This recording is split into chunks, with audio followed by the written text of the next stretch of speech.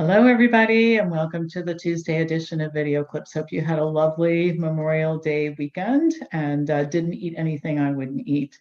Just a few announcements before we start. First of all, this is the second and last week of the Spend a Dollar, Gain a Dollar, which can apply to food products and a lot of different things that we do for health professional training. So you have to do it by Friday if you're going to do it. And if you're interested in seeing what the special offers are, then send me an email at pampopper@msn.com.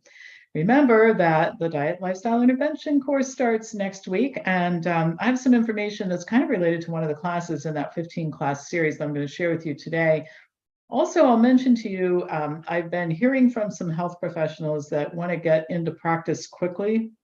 I've done this a couple of times where we've just kind of worked our butts off to get people ready to do something in a shorter rather than longer period of time. And if something like that interests you, as well as joining our affiliate program, let me know about that.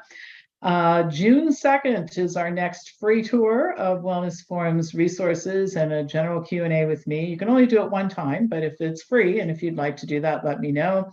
And then two upcoming classes are June 5th, Origin of the Virus, and Navigating the Healthcare System on June 14th, which is fraught with potential problems, which I'm going to talk about a little bit today. So let's get into today's topic.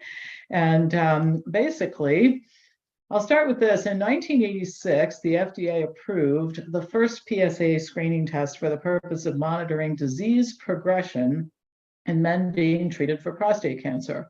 The man who discovered PSA, prostate-specific antigen, Richard Ablin, friend of mine, just as an aside, was clear that PSA could not be used as a population screening tool for cancer. He stated at the time that PSA was prostate-specific antigen, not prostate cancer-specific antigen, and there's a very important difference. Well, once the test was approved, widespread off-label use of it for population screening purposes was implemented. There was no evidence in support of this use for PSA testing, but there was considerable profit to be made if the test was used in this way. Previously, and also without evidence to support, mammography had become a standard screening test for breast cancer, and the mantra, early detection saves lives, was repeated and repeated until most people really believed that it was true. Men were clamoring for their own early detection test, and soon PSA testing became the center of the business model for America's urologists. The usual combination of fear-mongering to get men to take the test and profit motive, most urology practices in the country could not survive without the false early detection practice model, made PSA screening a standard test for men.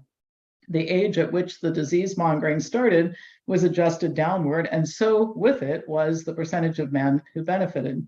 Objective analysis showed that the risk of being harmed was significantly higher than the chance of benefit. According to the U.S. Preventive Services Task Force, if 1,000 men have a PSA test, 3 will avoid metastatic disease and 1 to 2 will avoid death from prostate cancer, which makes the chance of harm at least 30 times greater than the likelihood of benefit. Well, a new study reinforces the fact that population screening for prostate cancer just isn't a good idea. The prostate testing for cancer and treatment, or PROTECT clinical trial, included over 82,000 men in the UK between 50 and 69 years of age. That's a good age range to look at, who received a PSA test between 1999 and 2009. Localized prostate cancer was diagnosed in 2,664 men, and a subgroup of those men were followed to assess the efficacy of 3 different approaches: active monitoring, prostatectomy, and radiotherapy. The same results for all at 15 years. In other words, taking the prostate out, radiology did not increase survival at all. Not surprisingly, men who agreed to radical prostatectomy or external beam radiation were more likely to experience adverse events, serious ones such as incontinence and erectile dysfunction. The researchers concluded that active monitoring could be appropriate for men with low-risk disease. Well, I have a little bit different suggestion.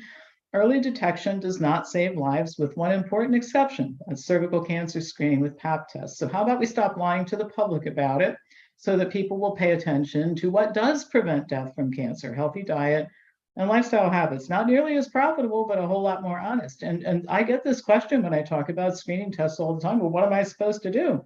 What you're supposed to do in response to this is pay more attention to your health now instead of eat, drink, and be merry and think that tests are going to save you. All right, so I want to go back to PSA testing now. Almost all men will die with prostate cancer, but not from it, rather. For this reason, the U.S. Preventive Services Task Force clearly states that men age 70 and older should not be screened for prostate cancer. You're likely to find it if you start looking, just by virtue of their age, but highly unlikely to save a man from dying from it. And it gets pretty insane. I mean, at one point in time, a doctor suggested that my father in his late 80s have a PSA test. Looking for prostate cancer, we know he has it. Look at how old he is, right? Well, the death rate from prostate cancer has remained pretty constant in westernized countries at about 3%. That means that 97% of the men who are diagnosed and treated are overtreated. And I think it is incredibly disrespectful to tell men that complications like impotence and incontinence are not important. Talk to some of the men who suffer from these situations, and you'll hear an entirely different story. Population screening with PSA does not save lives. Rather, it's ruined the lives of well over 1 million men in the United States alone. What we have created is an epidemic of diagnoses. We haven't saved men from an epidemic of prostate cancer. So I'll include with an encouraging story. I like to, when I can, focus on something positive. People are waking up to medicine's excesses. I had dinner with a good friend a couple of weeks ago, smart guy, successful, savvy, and at an age when all men are supposed to have PSA tests. When his doctor recommended it, he refused, and he cited the very study I'm reporting here and said the risks outweigh the benefits. A firm no. A man's quality of life saved. This is informed decision-making, an idea we had 27 years ago, and thankfully it's starting to catch on. That's what's going to save our country from more medical excess in the end. So if this resonates with you, join Wellness Forum. Come see our tour on the 2nd. See what we have to offer. That's what we're all about, is teaching people, consumers, how to make better decisions. And if you're a practitioner and you want to be on the right side of medicine, which is being the person informing instead of misinforming and counting on educated people to say no to the excessive things you recommend, train with us. That's what we do. We train the consumers to be better consumers and the practitioners to be better practitioners. And if we ever want a new healthcare system, we will have to have a collision, a coming together of massive numbers of both people, because it's the economics of healthcare that keeps anything good from happening. And the economics of healthcare are based on trillions of dollars spent annually on stuff that we shouldn't be doing, like PSA screening. All right, that's it for today. As usual, pass this on to anybody who you think would enjoy watching it, and I will be back to you tomorrow with more news.